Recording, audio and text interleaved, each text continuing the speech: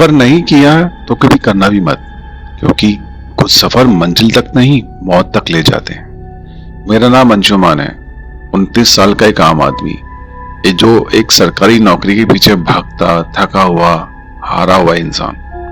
दिसंबर 2022 की वो ठंडी रात, जब मैं अपने गांव शामली से पुरानी दिल्ली लौट रहा था। रेल के डिब्बे में अधिकतर सारी सीटें खाली थी, मगर मेरा डिब्बा खाली नहीं था। वहां एक इंसान जो लगता तो इंसान जैसा था, लेकिन धीरे धीरे उसकी असलियत सामने आने लगी। उसकी आंखों में आग थी, उसका मुंह लार से भीगा हुआ, उसकी जीभ इंसानों जैसी बिल्कुल नहीं थी। ऐसे लग रहा था जैसे कोई कुत्ता अपनी जीभ निकाल के हाँफता है। उस रात मैंने देखा कि नर पिशाच किताब में नहीं होते, वो कभी कभी ट्रेन की सीटों पर भी होते हैं, और जैसी वो जागते हैं इंसानों का खून पीने की कोशिश करते हैं। वो रेल उस दिन रेल पटरियों पर नहीं, ऐसा लग रहा था कब्रिस्तान के कब्रों के ऊपर से होकर गुजर रही है।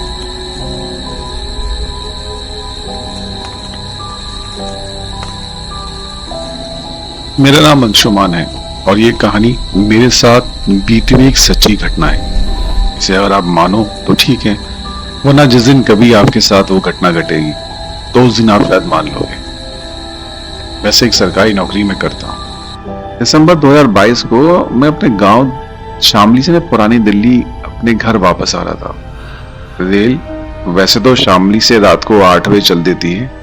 उस रात ट्रेन रास्ते में कई बार रुकी और रुकते रुकते बागपत पहुंचने में उसके रात के 11 बज गए। अब सर्दियों की वजह से अब लोग भी ट्रेन में कम हो गए थे। अधिकतर जितनी सवारी थी वो सब उतर चुकी थी। अब रेल के डिब्बे में 1 या 2 लोग ही बचे होंगे, लेकिन मेरे डिब्बे में सिर्फ एक आदमी था। जब से मैं ट्रेन में बैठा मैंने उसको सोते हुए देखा। सर्दी की वजह से उसने कंबल ओढ़ के रखा हुआ था। मैंने उसका चेहरा तो नहीं देखा, मगर उसके होने से डर थोड़ा कम लग रहा था कि चलो कम से कम कोई तो साथ में है। हमारी रेल जब बागपत से निकलकर लोनी के आसपास काफी देर तक के लिए खड़ी हो गई तो मैंने खिड़की से बाहर देखा। आसपास एकदम सन्नाटा, चारों ओर गुप्त अंधेरा छाया हुआ। फिर मैंने मोबाइल निकाल के टाइम देखा तो रात के 12:03 हो गए थे। मेरे डिब्बे वाला आदमी जो मेरे पास वाली सीट पर सोया था वो एकदम से उठा और अपना कंबल रेल के फर्श पर फेंक कर अपना सर तेज तेज गोल गोल घुमाने लगा। उसको ऐसा करता देख मैं बहुत डर गया। मैं वहां से उठकर फटाफट गेट की तरफ भागा। वहां से भागते हुए जब मैंने उस पर नजर डाली तो देखा उसकी आंखें लाल रोशनी की तरह ऐसे चमक रही थी जैसे किसी जानवर की आंखें चमकती हैं। और वो आदमी जमीन पर ना कुत्तों जैसे अपने दोनों हाथ आगे रख के घुटनों को जमीन पर टिका के अपनी जीभ को जल्दी जल्दी अंदर बाहर कर रहा था, जैसे कोई कुत्ता करता है। उसके मुंह से लार और थूक लगातार नीचे गिर रहा था। फिर क्या, अगले पल मुझे मेरी जान जाने की चिंता होने लगी। मैं जल्दी से दूसरे डिब्बे में भाग कर आ गया, लेकिन वो डब्बा भी पूरा खाली था। अचानक हमारी रेलगाड़ी चल पड़ी। जब मैं भागता हुआ तीसरे डब्बे में आया तो मुझे वहां 2 लोग आपस में बात करते हुए नजर आए। मैं भागते हुए उनके पास जाकर रुक गया और अपनी सांसों को सामान्य होने का इंतजार करने लगा। तभी इन दोनों बैठे हुए लोगों में से एक आदमी बोला, अरे भाई क्या हुआ, तुम्हारी हवाइयां क्यों उड़ी हुई हैं, सब ठीक तो है? मैंने अपनी सांसों को संभालते हुए पूछ लिया कि भाई साहब, क्या आप कभी आपने भूत प्रेत देखे हैं? आप भूत प्रेतों को मानते हैं? मेरा इतना बोलते ही दोनों ने हाँ में सर हिला दिया और बोले, हाँ भाई, हमारे गांव में तो ये आम बात है। मैंने कहा, यार अगर आपको अभी देखना हो तो मेरे साथ 2 डिब्बे पीछे चलो। उनमें से एक ने कहा, भाई हम इन भूत बातों में विश्वास भी करते हैं, क्योंकि हम रोज रात इसी ट्रेन से आते जाते हैं और आए दिन इस ट्रेन में होने वाले हादसे हम सुनते हैं। उन्होंने मुझे पिछले हफ्ते घटी एक घटना के बारे में बताया। उनमें से एक भाई ने कहा, पिछले हफ्ते कोई छुट्टी थी, लेकिन हमें हमारे काम पर जाना पड़ गया और लौटते हुए हमेशा की तरह इसी रेल से रात में घर वापस आ रहे थे। छुट्टी और रात की वजह से गाड़ी में लोग और भी ज्यादा कम थे, मुश्किल से हर डिब्बे में 2 या 3। खैर हमें तो आदत थी, तो इसकी वजह से हम एक खाली डिब्बे में बैठ गए। सोचा भी घर दूर है, सोते हुए जाएंगे, कोई उतरे चढ़ेगा भी नहीं तो आराम से सो जाएंगे। हमने थोड़ी देर आपस में बात की, फिर हम दोनों को नींद आने लगी। हम दोनों ने एक एक खाली सीट पकड़ी और सो गए। करीब 1.5 घंटे बाद हमें पास के टॉयलेट के दरवाजे की जोर जोर से खोलने और बंद होने की आवाज आने लगी। इससे पहले तो मैं उठा, फिर मैंने इस भाई को उठाया और मैंने उसको बोला कि आवाज आ रही है, तो ये आवाज उसने भी सुनी। हम दोनों को इस रेलगाड़ी में होने वाली घटनाओं के बारे में पहले से पता था, तो जिसकी वजह से हमें डर तो लग रहा था, मगर एक बात मन में ये भी आ रही थी, कहीं शायद कोई मजबूर आदमी टॉयलेट में वास्तव में फंस गया हो तो हमें जाकर उसकी मदद करनी चाहिए, क्योंकि पूरे डब्बे में मेरे और मेरे दोस्त के अलावा कोई था नहीं जो उसकी मदद कर सके। इसलिए हम दोनों ने वहां जाकर उसकी मदद करने का फैसला लिया।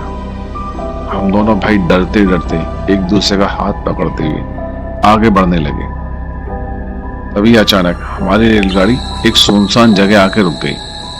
जब हमने बाहर देखा तो बाहर गुप्त अंधेरा था, क्योंकि उस दिन अमावस की रात थी, तो चांद की रोशनी भी नहीं आ रही थी, गुप्त अंधेरा। मोबाइल की टॉर्च निकाल के हमने जब देखा, डर का माहौल और गहरा होता जा रहा था। हम आगे बढ़ रहे थे और वो आवाज दरवाजे की खोलने और बंद होने की तेज होती जा रही। हम आवाज देने लगे, कोई है वहां पे? कौन है? अरे सब ठीक तो है, आवाज तो दो। हम ऐसा बोलते हुए आगे बढ़ते गए, मगर वहां से कोई जवाब नहीं आया। जिससे हम जवाब नहीं आने की वजह से हम दोनों ने जो फैसला लिया कि किसी की मदद की जाए, वो फैसला लेना हमें गलत महसूस होने लगा। फिर भी हम हिम्मत करते हुए आगे बढ़ते रहे। आखिरकार जब उस टॉयलेट के सामने पहुंचे तो हमने देखा कि वो टॉयलेट का इतना बड़ा और भारी दरवाजा बिना किसी हवा के अपने आप खुल रहा है और बंद हो रहा है। यह देख हम दोनों भाइयों ने टॉयलेट के अंदर जाने की बेवकूफी कर डाली। जब टॉयलेट के अंदर जाके देखा तो टॉयलेट पूरा खाली था और अब वो दरवाजा ना खुलना और बंद होना रुक गया। हम समझ गए कि ये जरूर किसी आत्मा का काम है। वहां से निकलकर हम अपनी सीट पर आने के लिए जैसे ही पलटे तो हमारी जान हलक में आ गई। हमारी सांसें तेज चलने लगी। हमने देखा एक लंबा चौड़ा आदमी जिसने सिर्फ एक लुंगी बांधी हुई है और कुछ नहीं पहना। वो 2 सीटों पर एक एक पैर रख के खड़ा है और अपने दोनों हाथों को अपने बगल में बांधे हुए बस हम दोनों को घूरे जा रहा है। ऐसा मंजर जीवन में हमने देखा तो क्या, कभी सुना नहीं। हम दोनों अपनी सारी सुध-बुध खो बैठे। बस एक मन में विचार आया जो उस समय दिमाग में सबसे पहले सबके मन में आता, वो ये खतरा देखते ही वहां से भाग लो। हमने भी वैसे किया। हम डब्बे के दूसरे भागकर रेल के साथ वाले खाली मैदान में कूद गए। जब ट्रेन रुकी हुई थी तो इसलिए हमें दूसरे डब्बे में जाने में कोई ज्यादा दिक्कत नहीं हुई, मगर तब से आज तक वो मंजर हमारे दिमाग से कभी हटा नहीं। 2-3 दिनों तक ऐसे डरावने सपनों ने हमारी नींद उड़ा रखी। ये कहते हुए वो दोनों दोस्त चुप हो गए और मैं भी उन लोगों की बातें तब तक सुनता रहा जब तक कि मेरा स्टेशन नहीं आया। जब तक मेरा स्टेशन नहीं आया तब तक मैं उन लोगों से उस रेलगाड़ी के और भी किस्से सुनता रहा और किसी तरह मुश्किल से समय काट के अपने घर आ गया। लेकिन उसके बाद से फिर मैंने कभी भी उस ट्रेन में सफर नहीं किया। हो सकता है वो दोनों आदमी किस्मत से बच गए हों, लेकिन शायद मेरी किस्मत खराब हो और मैं बच न पाऊं। यह सोचते हुए मैंने रात का सफर उस शामली वाली ट्रेन से करना बंद कर दिया।